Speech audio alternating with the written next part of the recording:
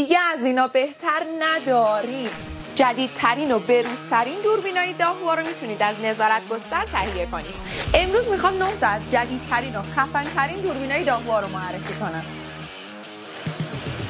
سری 7 داهوا با رزولوشن 12 مگاپیکسل، دوربین هوشمند مالتی ویژن و TiOC، یه دوربین ترکیبی جذاب و کاربردی با دید 180 درجه. ابر دوربین هوشمند 360 درجه 32 مگاپیکسلی، دوربین متحرک هوشمند با رزولوشن 8 مگاپیکسل و لنز 48 ایکس اپتیکال، دوربین هوشمند سیم کارتی 4G با رزولوشن 4 مگاپیکسل، بهترین گزینه برای فضاهای باز و میدانی، دوربین هوشمند حرارتی با رزولوشن 4 مگاپیکسل، دوربین متحرک هوشمند با رزولوشن 4 مگاپیکسل و لنز 45 ایکس اپتیکال، دوربین متحرک هوشمند 4 مگاپیکسلی با لنز 32 ایکس اپتیکال، مخصوص استفاده در پروژه‌های ساخت و ساز و ساختمانی.